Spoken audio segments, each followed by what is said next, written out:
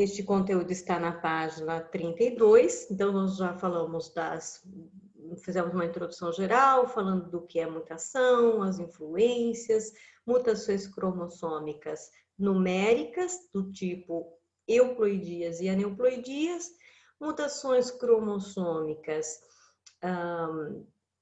estruturais, que falamos ontem, quando afeta a estrutura do cromossomo, mas ainda estamos falando de mutação cromossômica. Então, vamos falar um pouco hoje da mutação gênica. Agora eu vou utilizar o material da apostila que, para esse ponto, para esse conteúdo, eu acredito que está uma ilustração mais clara, mais didática. Tá bom? Então, na página 32, mutações gênicas, vamos ver um pouquinho disso daí, rapidinho, e depois vamos fechar esse assunto com os exercícios, né? Aí nós temos 2 aulas do assunto, não 2 nada, 3 aulas deste assunto, então tem bastante exercício para a gente fazer. Fechamos isso e partimos para outra frente para estudar fisiologia da respiração na segunda aula. Então, vamos lá comigo, página 32. Tá aqui a apostila de vocês. Então, a mutação gênica, ela vai alterar o gene. Basicamente, em que aspecto? Alterando uma ou mais bases nitrogenadas, né? Então, nós temos aqui um exemplo de uma sequência normal. Temos o DNA, ok? O RNA que ele vai transcrever, lembrando que o RNA ele copia uma das 2 fitas, no caso, então, ele copiou essa segunda fita aqui, CCC, GGG, né? Então, tá aqui o nosso RNA mensageiro, e ele, então, foi traduzido pelo ribossomo em uma proteína cuja sequência de aminoácidos é essa que aparece aqui. Então, este é a nossa referência, é o nosso DNA normal. Então, primeira mutação gênica aqui, ela pode ser por substituição, ou substituição de base, é a mesma coisa, porque eu vou substituir, como o próprio nome já diz, uma base nitrogenada por outra, tá certo? Então, nós vamos provocar uma mutação aqui, vamos só pegar lá a nossa referência. TCA, né? Caso eu troquei este C aqui, né, que combina com o G, por um T pareando com o A. Então, a mutação ocorreu neste ponto, né, o CG foi substituído por TA. Então, na hora que este RNA mensageiro é formado, né, veja, ele omite os outros, né, porque daí ficaria tudo igual, só para não poluir a imagem. Vamos focar ali no ponto onde ocorreu a mutação. Então, como o DNA foi alterado por esta mutação, na hora que o RNA é transcrito, ele também é transcrito diferente. Em vez de ser o CA, ficou o UA. E na hora do ribossomo traduzir isto, ele coloca na proteína o aminoácido leucina ao invés de serina.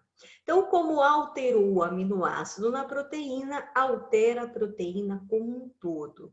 Nossa, Sheila, mas foi só um aminoácido diferente? Olha, ainda que ficasse o mesmo aminoácido, mas se ele estiver numa sequência diferente, a proteína já não será mais a mesma, tá? Pode ser uma proteína, essa proteína alterada, ela pode ser não funcional. Então, se ela é uma enzima, ela não vai funcionar. E aí, algum processo metabólico vai ficar prejudicado. Se essa proteína é a melanina, a pessoa vai ter albinismo, porque falta, né, essa proteína. Ela ficou alterada, ela não se expressa.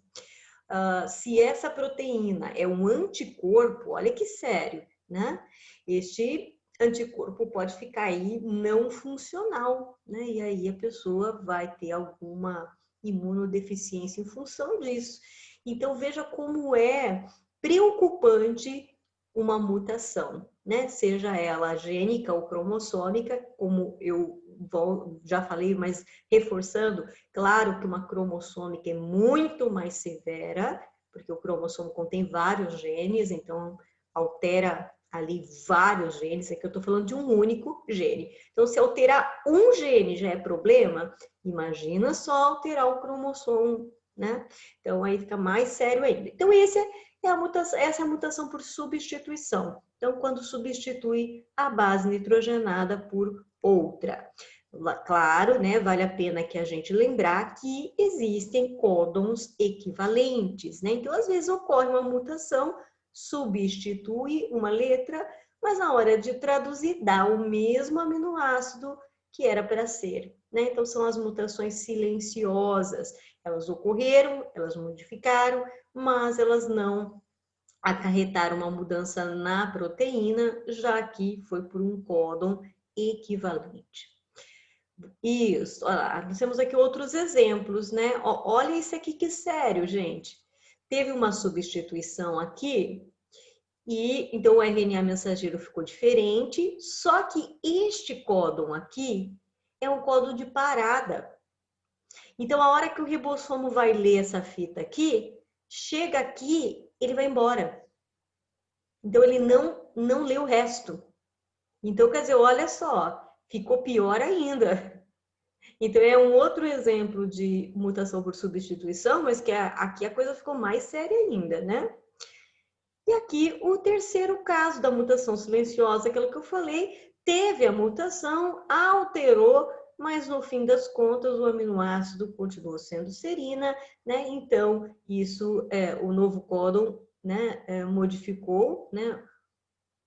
O novo códon codificou o mesmo aminoácido. Então, troquei 6 por meia dúzia, tudo bem, então, né? Não foi grave, não, o problema não foi grave. Ok, então, este é o primeiro tipo de mutação gênica, mutação por substituição. Vamos lá para a mutação gênica por deleção. Então, sempre o nome já diz o que vai acontecer. Deleção vai deletar, certo? Então, nós temos aqui o DNA, né? Essa aqui é a fita do DNA. E olha só o que vai acontecer. Ocorre a perda desta base adenina aqui. E isso acarreta um deslocamento de todos os outros aqui. Por quê? Porque na hora de transcrever, transcreve de 3 em 3, que é o códon. Na hora de traduzir, o ribossomo vai ler, traduzir, ele lê de 3 em 3. Então, se perder um A aqui, ao invés do par ser AGT, vai ficar GTC. E o outro ATG. Meu Deus, agora virou uma bagunça o negócio, né? Então, bagunçou toda a sequência. Então, aqui transcreveu errado. Perceba que deste ponto onde ocorre a mutação para frente, vai sair tudo errado. Todos os aminoácidos errados, tá? Então, uma mutação aqui bem complicada. Um outro tipo de mutação gênica é a mutação gênica por inserção, e o nome também já diz o que vai acontecer. Eu vou inserir uma base nitrogenada extra. Então, veja só, aqui seria o DNA normal, a fita que pareia com ele, e eu vou inserir aqui o C, né? Olha só, neste ponto aqui, quer dizer que esta timina eu vou jogar ela para cá, né? Porque entrou aqui AGT, ficou AGC. E este T foi jogado para o próximo códon, ou seja, deste ponto para frente eu também baguncei toda a sequência. Tá aqui o nosso RNA mensageiro, então até aqui tudo ok, né? Do ponto onde ocorre a mutação para frente, todos os aminoácidos alterados. Consequentemente, a proteína alterada. Perfeito? Então, se é substituição, substitui. Se é deleção, deleta, sai fora alguma base nitrogenada. Se é inserção, insere alguma base nitrogenada. Beleza? Então, aqui são estes os exemplos. Aqui ele coloca um pouco, dando alguns exemplos de quando de fato isso acontece, né? Então, aqui é, por exemplo, a hemoglobina humana normal, né? E quando há aqui um problema de mutação, essa hemoglobina, né, que gera uma hemácia, olha como é a hemácia normal, ela é arredondadinha assim, ó. Mas ela pode, né, por mutação desse tipo, gênica, ela pode, né, alterar o formato, ela fica com o formato de foice. Por isso a gente chama esse processo de anemia falciforme. Anemia, por quê? Porque como a hemácia ela tem a função de levar oxigênio para a célula, né? Então essa hemácia que não funciona, então vou ter menos hemácias funcionantes. E isso é um quadro de anemia. O que é anemia? É a falta de hemácias. Às vezes a falta de hemácia é por falta de ferro na alimentação, mas aqui não é o caso. Aqui falta hemácia porque, na verdade, uma parcela delas estão deformadas, então elas não funcionam. Né? Então, essa aqui é a anemia falciforme, que é uma doença, um exemplo de uma doença que ocorre por uma mutação gênica. Tá certo? Tem outros exemplos aqui, né? Depois vocês podem ler mais por curiosidade, porque aqui, na verdade, é mais assim, exemplificar no nosso dia a dia que tipos de doenças que nós encontramos por aí que estão relacionadas ao processo. Mas o que de fato vocês precisam saber é o processo. O que é a mutação gênica, quais os seus tipos. Então, aqui ele vai falar de agentes mutagênicos, eu já falei isso para vocês anteriormente, né? Físicos, químicos, biológicos, tá? Então, passei rapidinho, porque na verdade eu já tinha dado isso para vocês. Ok, então vamos lá para os nossos exercícios, começando aqui com a primeira aula. Nós temos aqui, observe o esquema, né? O esquema mostra para a gente aqui, olha, uma célula 2N, 2N igual a 4 cromossomos, né? Então, parzinho vermelho, parzinho azul, sofre lá duplicação, né? E aí na anáfase separa bonitinho aqui, ó, tudo bonitinho. Ah, tudo bonitinho mais ou menos, né? Olha só, não ocorre, neste caso, olha só, a formação das fibras do fuso, aquelas que prendem aqui, ó, né, e que puxam esse cromossomo. Então, até aconteceu a separação da cromátide irmã, né, o vermelhinho aqui com o outro vermelhinho, separou. Separa a cromátide irmã, mas ela não migra para o lado oposto. Por quê? Porque não tem a fibra que puxe. Tá? Por quê, Sheila? Cadê essa fibra? Onde ela foi parar? Alguma substância química impediu que essa fibra se formasse. O que acontece então? Acontece que se eu não puxo os cromossomos para lados opostos, interrompi o meu processo.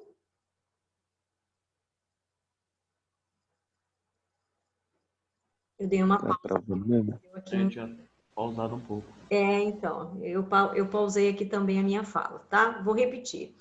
Então, se não formou a fibra do fuso, as cromátides irmãs até se separam, mas elas não migram para polos opostos. Então, a anáfase não é concluída, então, consequentemente, o processo para, a divisão celular para. Não vai ter telófase, não vai ter a formação de outras células. Qual a consequência? Esta célula que era 2N acaba ficando 4N, porque eu vou ter, olha, né, 4 vermelhos e 4 azuis. Um exemplo de uma substância química que impede a formação da fibra do fuso é a colchicina. O texto de vocês fala dela, tá?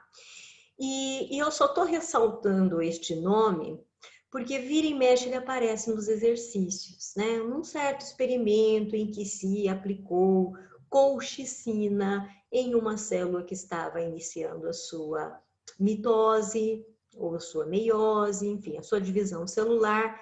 Aí ele quer saber o que vai acontecer. Então, a colchicina, ela impede a formação da fibra do fuso.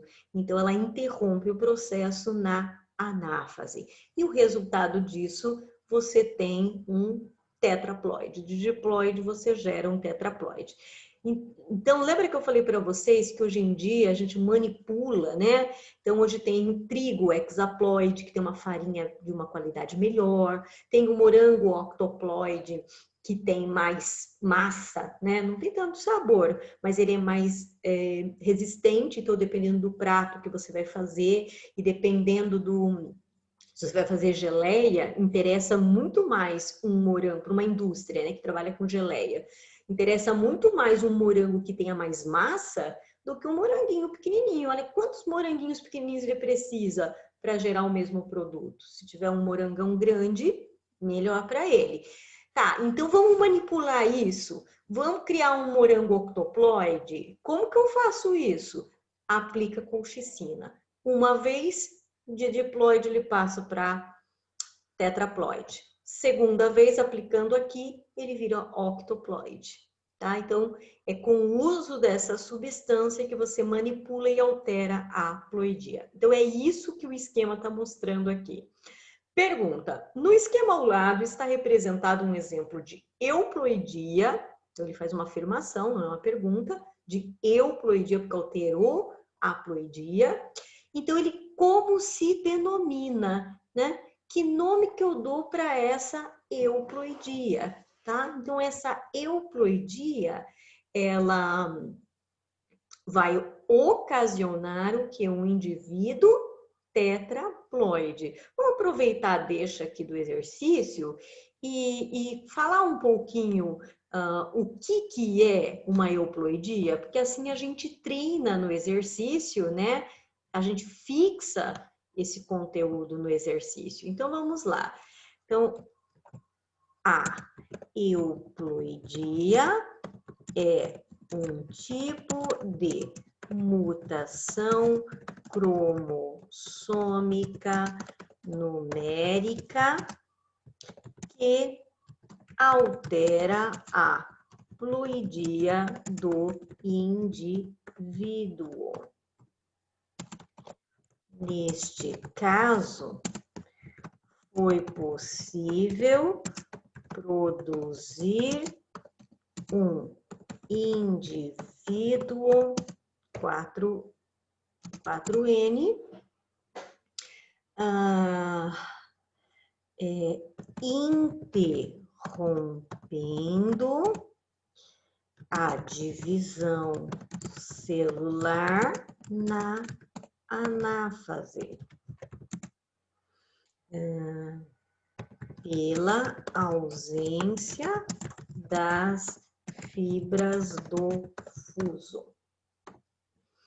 Então, a colchicina, ela impede a formação da fibra do fuso, consequentemente, a anáfase não se conclui, a divisão celular para nesta etapa, e aí eu tenho uma célula 4N, né? Então, é isso que ele quer que a gente explique, que na verdade eu acabei explicando muito mais do que o que ele está perguntando, porque eu acho que aqui o propósito é a gente fixar, né, fazendo o exercício, fixar esse conteúdo, porque afinal, gente, foram 3 aulas, né, desse assunto, tem muita mutação, tem cromossômica numérica, por aneuploidia, por euploidia, e aí as subtipos, e aí tem a gênica, muita coisa para nossa cabeça. Então, agora é hora da gente organizar essas coisas e fixar isso no exercício, tá bom? Por isso que eu estou fazendo questão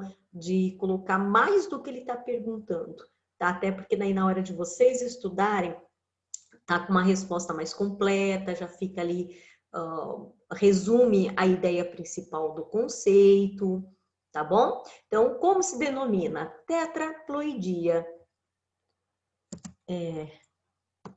É denominada tetraploidia. Belezinha? Vamos lá para a próxima?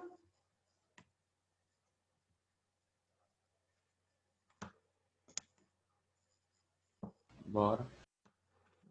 Só tentar organizar isso aqui.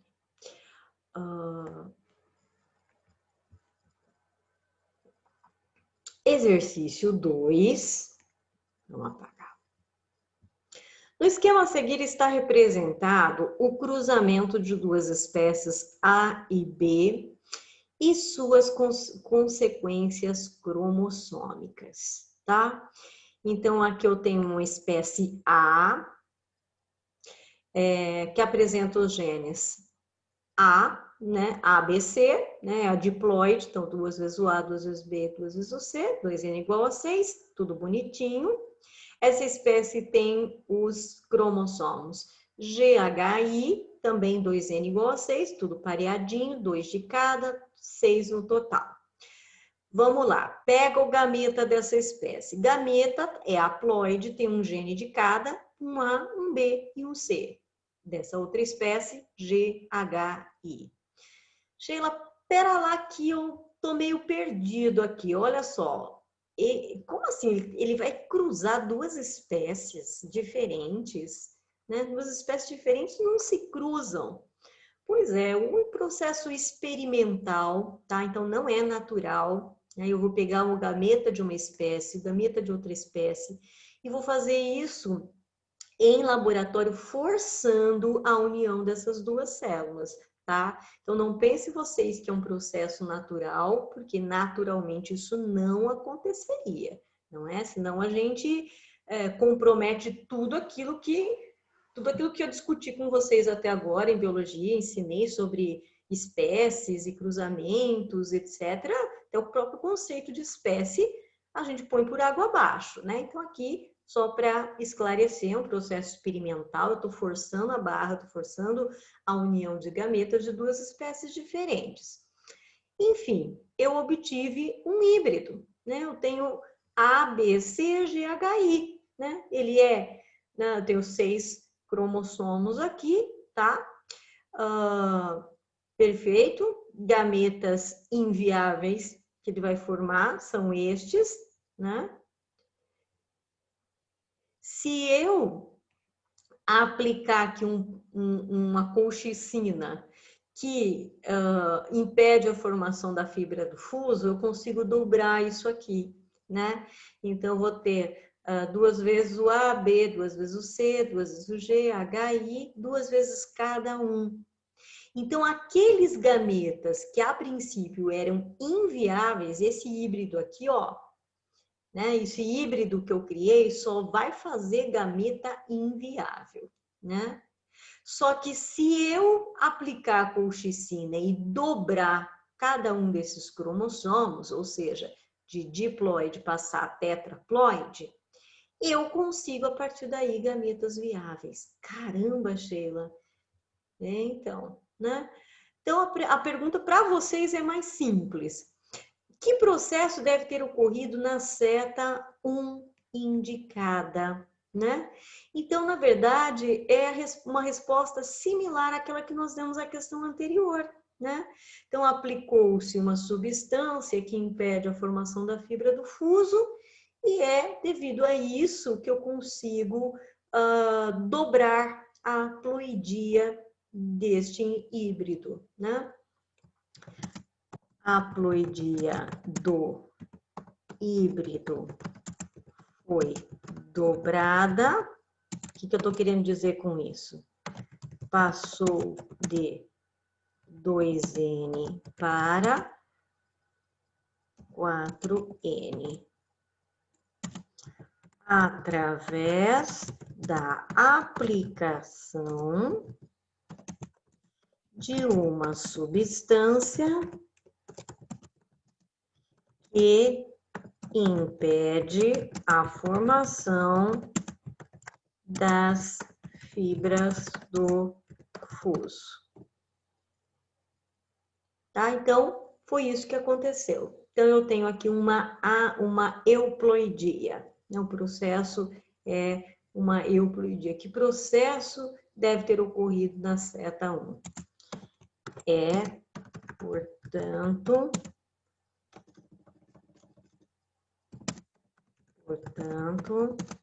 um caso de euploidia. Então, o processo, ele está perguntando qual processo? Uma euploidia. Tá? Isso aqui é a letra A do exercício. Vamos ver o que... por que os gametas 2 são viáveis? Olha só. São viáveis porque eu tenho o quê? Eu tenho um cromossomo de cada tipo, né? O que possibilitou isso daqui? Justamente o fato dele ser tetraploide, né? Porque ele tem 2 vezes o A, 2 vezes o B, 2 vezes o C. Aqui eles eram inviáveis porque, olha só, eu meio que peguei alguns desse e outros desse. Ó, esse gameta nem tem os mesmos genes que esse, né? Então, é inviável.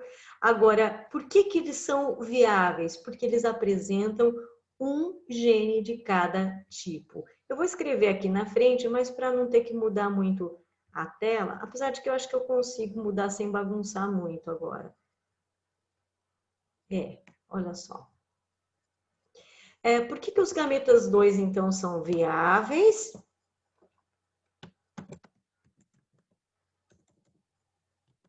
Porque possuem um cromossomo de cada tipo.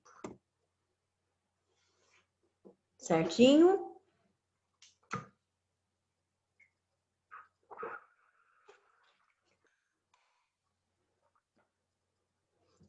Vamos lá para a questão 3.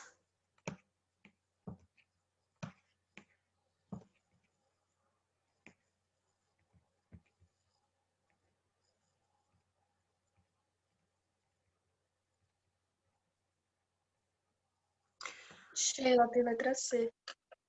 Desculpa, não entendi. Tem letra C. Tem letra C? Obrigada. Eu não reparei. Vamos descer lá. Tem letra C. Tem mesmo, ó.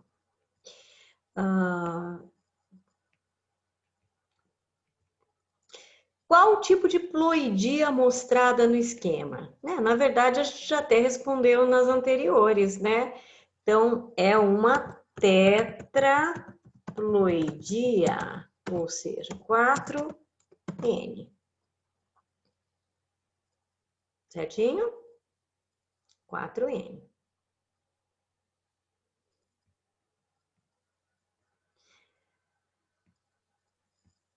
Agora sim, questão número 3. Suponha que ocorra a não disjunção. Lembra? Não disjunção é o processo que acarreta todas as mutações cromossômicas numéricas, não é? Então, junção, junto, disjunção, separar. Não disjunção, dupla negativa, quer dizer que vai continuar junto. Então, suponha que uma não disjunção na primeira divisão da meiose, né? Em um dos pares de cromossomos homólogos. Se ocorrer fecundação por gametas normais, que tipo de zigotos serão formados? Bom, então aqui nós vamos ter que desenhar literalmente, né? Para mostrar isso aqui, ó. Justifique com esquema. Então tem que desenhar mesmo. Vamos fazer aqui. Vamos fazer primeiro uma célulazinha. Vamos colocar dentro dela, vou usar cores diferentes aqui. Então, vamos colocar um primeiro parzinho aqui, vermelho. E um outro parzinho de cromossomos verdes.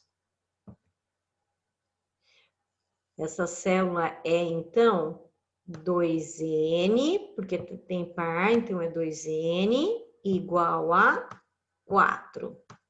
Certinho? 4 cromossomos no total, tudo em duplinha. 2N igual a 4. Beleza. Só que antes de dividir, toda célula passa por intérfase e os seus cromossomos lá no período S da intérfase são duplicados. Então, vou ter 2 vezes aqui este, 2 vezes este. Tá? Então, tem que ter a meiose bem clara na cabeça. Senão, você não fala de gametogênese, senão dificulta a compreensão da mutação. Tem uma série de outros conteúdos que derivam deste, que ficam comprometidos em compreensão se você não entende a meiose. Né? Então, vamos lá, período S aqui da intérfase, duplica tudo bonitinho. Agora dá para começar a meiose. Tá? Na meiose, a primeira divisão da meiose, ocorre separação dos cromossomos homólogos, ou seja, o vermelhinho tem que separar do vermelhinho, os parzinhos têm que ir cada um para um lado, e o verde vai para um lado, o outro verde vai para o outro lado. Mas ele quer que a gente represente um erro logo aqui nesta etapa, né, que é a meiose. Isso é um R, tá, pessoal? É que saiu tão feio que não sei nem se dá para perceber que é um R. Meiose 1. Então, na primeira divisão, vamos fazer um erro aqui. Aí a gente tem que escolher ou o vermelho ou o verde, né? Bom, vamos fazer o erro no vermelho. Nossa, ele podia errar o vermelho e o verde? Sim, mas é menos provável. Tá? Menos provável. A chance já é menor. Então, vamos supor que o verde se comportou bonitinho. Separou o homólogo, né? Foi, né, um para um lado, outro para o outro, mas o vermelho não. O vermelho foram os dois para o mesmo lado. Viu, pessoal? Questões desse tipo que pedem para você representar, que pedem para você desenhar o que está acontecendo, são bem comuns, viu? Bem comuns, porque aí o cara já te avalia, né? Ele já sabe, ele já vai ver se você sabe meiose e ao mesmo tempo se você entende mutação. Então ele mata dois coelhos com uma pancada só. Esse carinha aí sabe meiose, domina a meiose e ele domina a mutação. Então geralmente a pergunta é sobre mutação e embutida nela meiose, que ele te avalia em dois conteúdos ao mesmo tempo. Certo? O que vai dar aqui? Vamos representar os gametas agora, ó. 4 gametas. Ao final da meiose 2, 4 gametas, né? Todos errados? Todos errados, porque uma não disjunção de meiose 1 acarreta 100% de gametas errados, né? Então, o que vai dar aqui? Bom, na meiose 2 separa cromátides irmãs, tá? Então, eu tenho que separar esse desse. Só que aqui vai ficar assim, ó, 1, 2, 3, 4 do vermelhinho, né? Não, não é isso não. 2 do vermelhinho aqui, 2 do vermelhinho aqui. Só se eu quisesse fazer mais um erro, né? Aí ficava os 4 para cá. Eu vou separar esse desse e esse desse. Então, só vai ficar 2 para cá, 2 para lá. O normal seria que ficasse um em cada. Aqui não vai ter vermelho, não vai ter esse tipo de cromossomo, vai faltar essa informação aqui. Por isso que dá aborto, viu, pessoal? Porque pensa, um indivíduo que não tem aquele cromossomo, vai faltar todas as informações de todos os genes que estavam naquele cromossomo. Então, totalmente inviável. E aqui, ó, ficou assim. Que tipos de zigotos serão formados? Ah, ele quer o zigoto, não é nem o gameta, hein, gente? Olha só, vai ter que desenhar a outra célula? Vai. Vou até pegar uma outra corzinha aqui. Vamos fazer em amarelinho aqui o espermatozoide.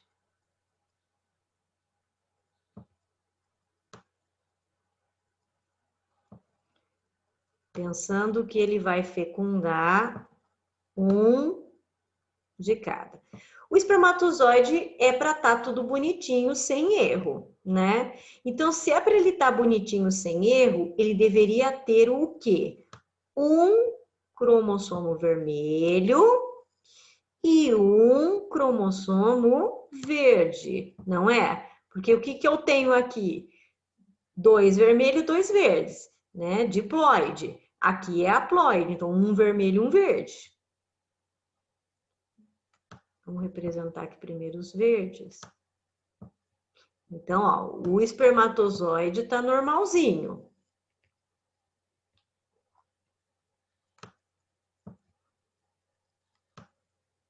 E a gente vai aí, na fecundação, unir esses gametas. Então, eu vou colocar aqui um sinalzinho de mais. Pessoal, na hora de fazer um esquema, faz ele bem bonitinho, assim, do jeito que eu estou ensinando vocês. Por quê?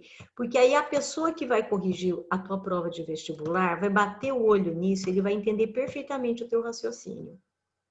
Então, ele não vai ter dúvida que você sabe. Agora, se você botar um esquema meio confuso, aí complica, né? Sheila, mas no vestibular eu não vou poder ficar fazendo com cores diferentes. Não, realmente não dá. Então, você põe números. 1 linha, 2 linha.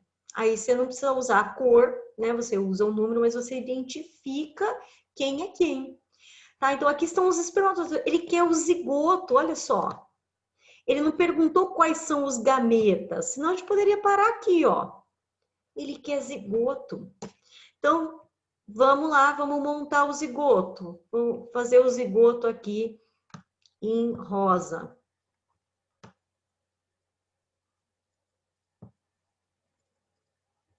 Esse zigoto, é porque eu tô fazendo assim, tá, pessoal? Porque o meu espaço ficou pequeno aqui, eu não consegui. Será que eu consigo descer um pouquinho mais a tela para ter mais espaço? Não, ele vai junto. É. Bom, fazer o quê, né? Mas vocês fazem direitinho aí. Então, o roxinho aqui representa o zigoto, tá?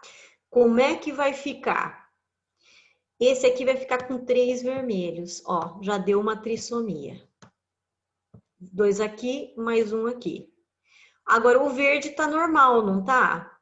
Então, um parzinho de verde, tudo bonitinho, certinho. Mas o vermelho tá errado. Vamos lá, como é que fica esse? Bom, em termos de verde, tá tudo certinho, um par. Mas de vermelho também vão ficar 3.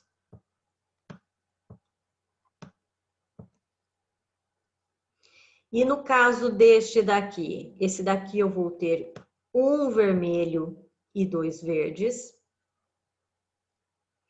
Um vermelho e 2 verdes. Então, vamos colocar dentro do que a gente aprendeu na aula. Tá? Agora eu vou perguntar para vocês, quero ver se vocês lembram. Quando a gente tem 3 cromossomos do mesmo tipo, a gente dá que nome para isso aqui? A gente chama isso de quê?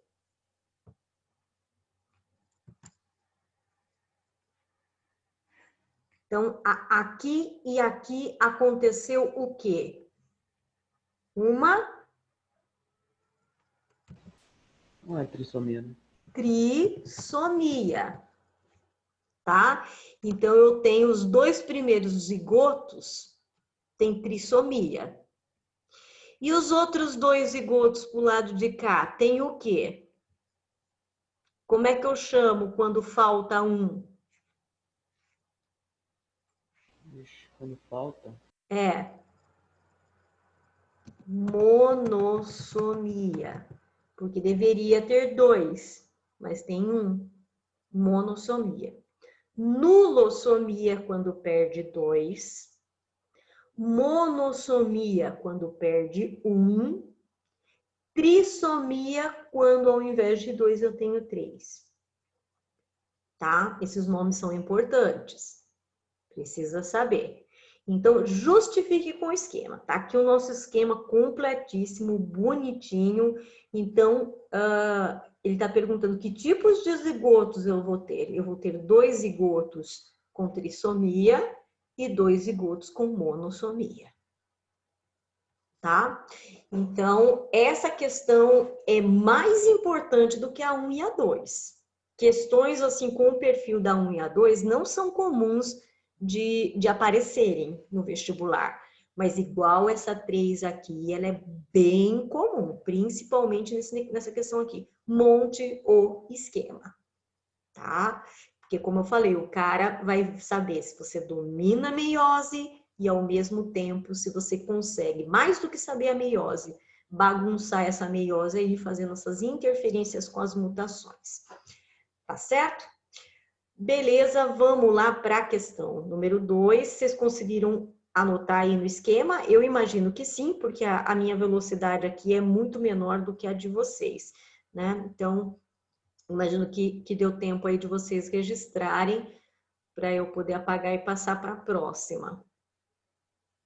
Pode passar. Uhum. Ok, vamos lá então. Próxima questão, questão número 4. Uma não disjunção de um dos pares de cromossomos homólogos na anáfase da mitose de uma célula... Mitose agora, hein, gente? Vai fazer meiose. De uma célula 2N, produzirá que tipos de células filhas?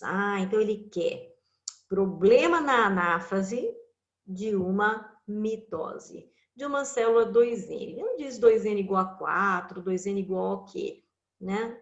Mas a gente vai ter que representar no esquema, então a gente vai ter que estabelecer isso aqui, 2N igual a alguma coisa, né? Então, assim como a gente fez lá em cima.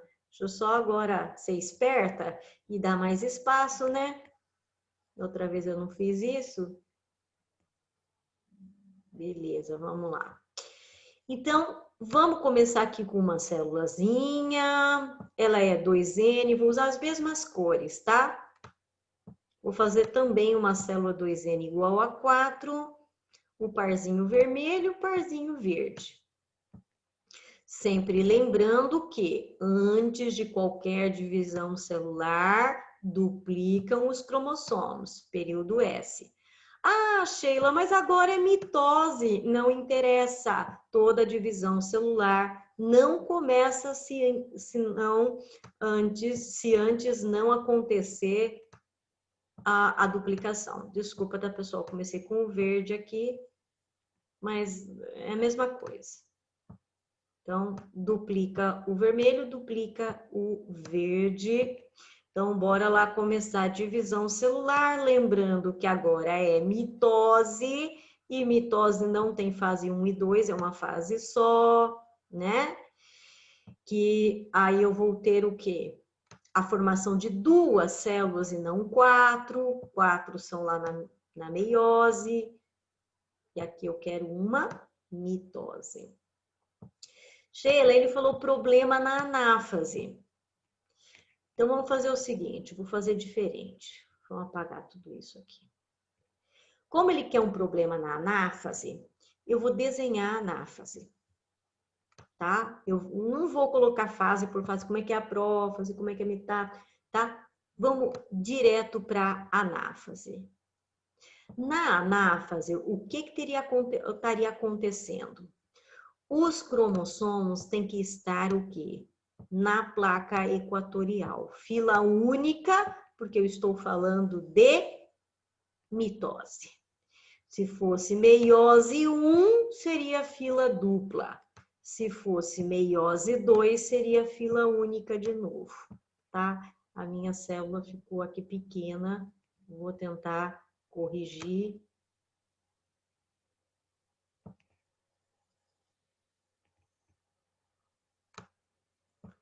Que bonito, né?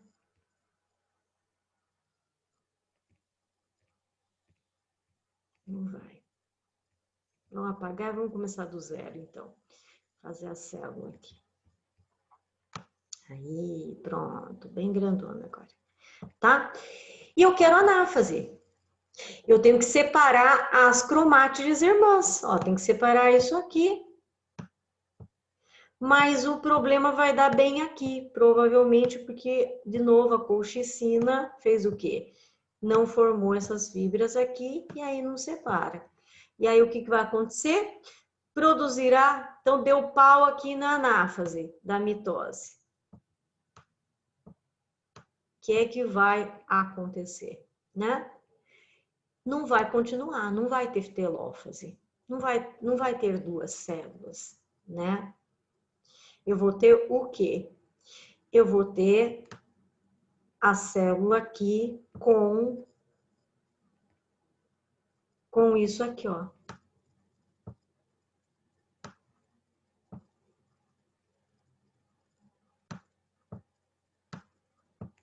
Né? Porque separou o cromátide de irmã.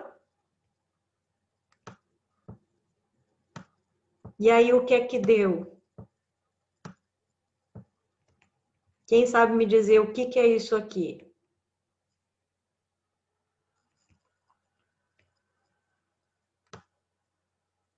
É quando fica todos os cromossomos no mesmo lugar ou não? Não, não. Que tipo de mutação que é essa? Essa aqui é um 2N igual a 4. E aqui ficou o quê? 2N igual a 8? Não. É 2N? 2N? Não, é um N. Um N. É. Não. 2N Ah, quando eu tenho par. é 4N, né? 4N. 4N. Olha, eu tenho grupos de 4. Então, ficou 4N igual a 8. Então, como se denomina isso? Tetraploidia. Certo? Então, veja, cuidado com isso. O que é o N? Quando eu tenho um só. 2N, eu tenho par. 3N, eu tenho trio. 4N, 4 de cada. Aqui eu tenho 4 vermelho, 4. E 8N, 8 de cada. Seriam 8 vermelhinhos, 8 verdinhos. Tá bom? Então, foi isso que aconteceu aqui, né? Então, eu formei uma célula tetraploide. Belezinha? Então, esses são os exercícios da primeira aula, né? A nossa aula é 7h50, termina, isso, né? Isso. Isso, porque aqui já tá no limite do horário. Então, ficamos por aqui. Próxima aula, eu continuo essa tarefa dos exercícios. Ah, Sheila, é demorado. Então, é demorado, mas é necessário, tá? Tanto que, quando eu vejo assim, que os exercícios são mais básicos, mais simples, eu deixo por conta de vocês e dou o gabarito para conferir, né? Mas quando é um assunto como esse, que é de extrema importância e mais difícil, não tem como fazer isso. Eu tenho que fazer o passo a passo com vocês, mostrando, ilustrando como é que é a resolução. Então, demora um pouco mais, demora, mas é necessário para que se aprenda bem. Então, até daqui a pouquinho.